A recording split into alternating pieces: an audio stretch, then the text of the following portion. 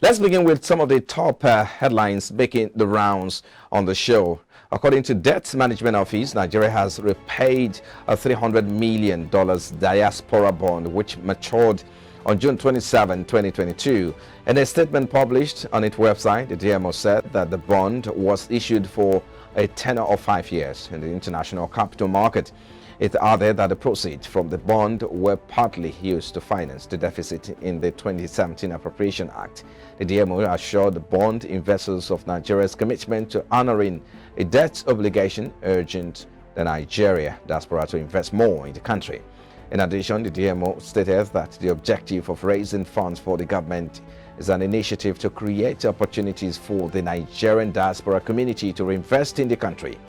Interestingly, the redemption of the $500 million Eurobond in January 2021 and recently the $300 million diaspora bond, the federal government has increased investors' confidence in its commitment and ability to fulfill its debt obligations at maturity, thereby reinforcing its presence in the international capital market. Away from there now, the Central Bank of Nigeria has disclosed that a total of 1.2 million loans valued at 130.9 billion naira had been guaranteed to farmers under its agricultural credit guarantee scheme fund from its inception in 1977 to May 2022. The bank added that 973,646 beneficiaries had also repaid a total of 98.9 billion naira out of the total disbursement. The central bank also mentioned that it guaranteed a sum of 22.58 million to 82 loan beneficiaries under the scheme in the Federal Capital Territory between January and May 2022, bringing the total guaranteed loans in the FCT to 1.7 billion naira from 14,258 loans issued. CBN Director of the Development Finance Department, Yila Yusuf, stated that in terms of loan recovery, 11,726 loans valued at 801.05 million naira were repaid under the scheme in the FCT from the inception of the program. Furthermore, Yila said the gesture was expected to serve as an incentive for participating in the scheme and inculcating good repayment behavior with a view to encouraging more participants. And now the federal government has signed a deal for the concession of the Onitsha port with the Universal Elysium Consortium, stating that the concession will generate over 23 billion naira in 30 years. The federal government added that the port will bring economic benefits to Nigeria and ensure 60% of shipped cargo which goes through on a port to Onitsha be transported directly. The Minister of State for Transportation, Senator Gbemishola Saraki, disclosed that the Barrow, Lokoja and Oguta port, which are at different stages of completion, will be considered after the Onitsha port, citing that the most important thing is that the federal government already has interest from potential investors who want to actually take over. Recall earlier in the year, the Infrastructure Concession Regulatory Commission, ICRC, reviewed the federal government or the Federal Executive Council approved the decision to concession Onitsha Port. They had agreed to a 30-year concession for the Onitsha River Port, adding that the move will generate about 50 billion and create jobs. And now, the Independent National Electoral Commission, INEC, has announced it will continue the continuous voter registration and direct all electoral commissioners to continue the exercise pending further directives. And as disclosed this in a statement issued last week, the commission also ordered all parties that have concluded governorship and state assembly elections to upload nominated candidates to INEC's portal from 1st to 15th July. Those were the top trending stories at this moment. All right, for further analysis and, of course, to provide more insight into some of these trending stories, we have a guest here, right here in the studio, Mr. Rio Oladende, is public affairs analyst. He joins us live here in the studio. Thank you for joining us. I must say, good morning. It's good to have you again. Good morning. Thank you for inviting me. Yes. Well, let me start by asking you. You've seen some of these stories. Where do you want to start from? Well, the one having to do with the DMO loan repayment and all of that. I know that, of course, that's an interesting place to start a conversation. Nigeria has no business setting up a debt management office. We should have set up a wealth management office.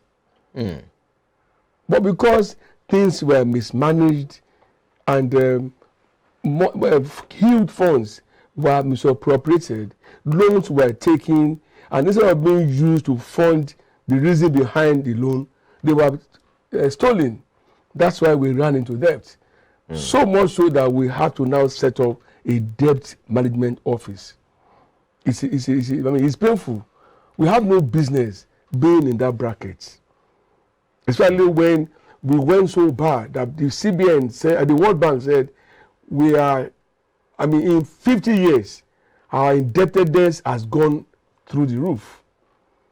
And when you ask yourself, all of these debts and loans, what were they spent on? It's the same story. Lagos-Ibadan Expressway, the Kaduna-Abuja rail line, the bridge in over Second Nigeria Bridge. You have the third Niger Bridge then there. The one from somewhere in the north to Maradi in Niger Republic. And you ask yourself, if things were normal, will anybody want to take a loan for non-productive ventures?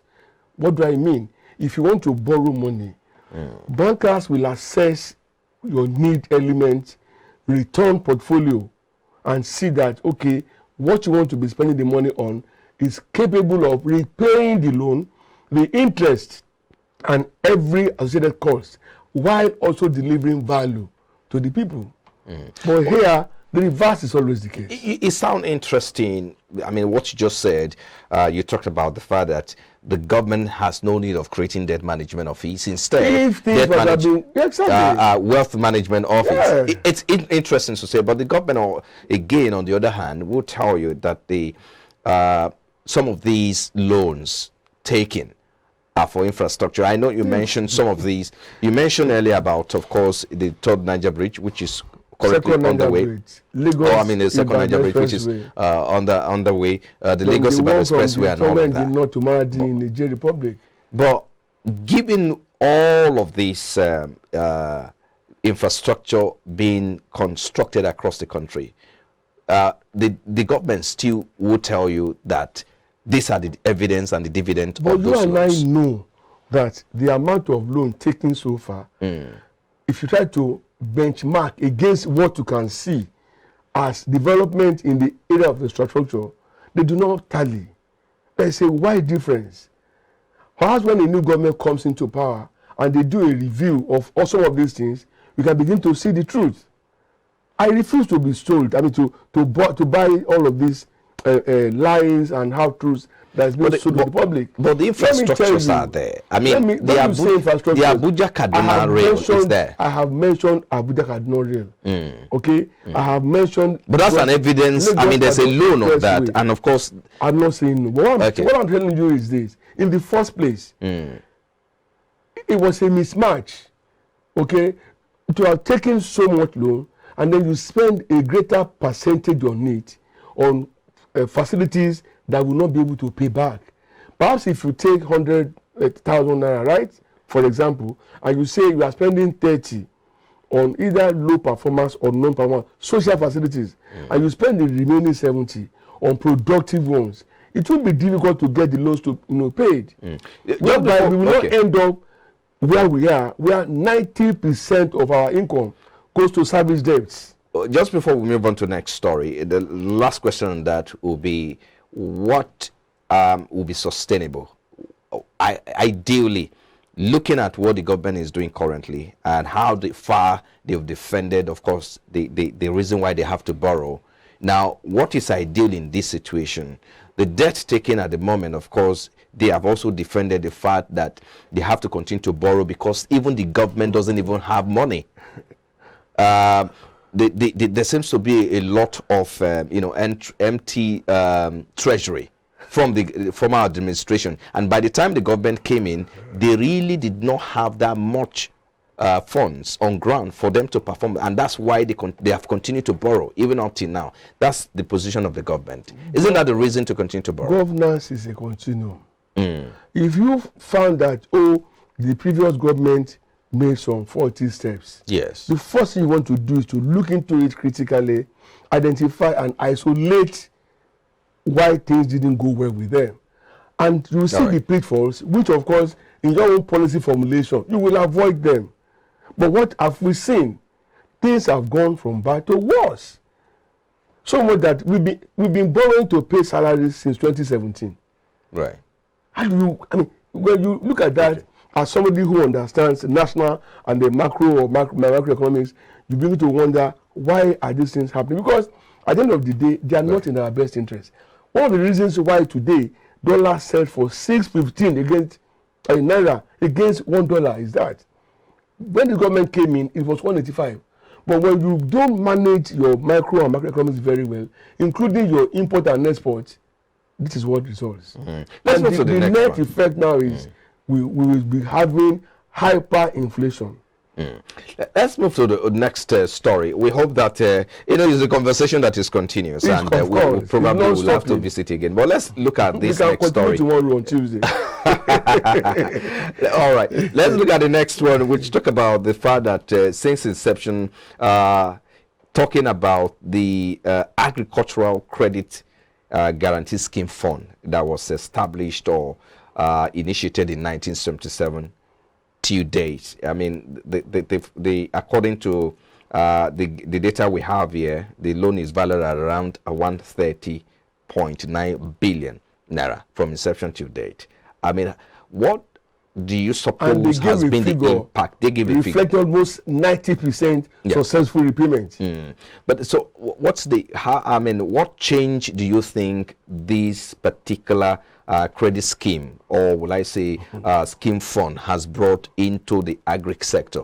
You see, I'm not a fan of statistics that do not reflect the living standard of the people. There's a body called NIRSAL, NASAL or something.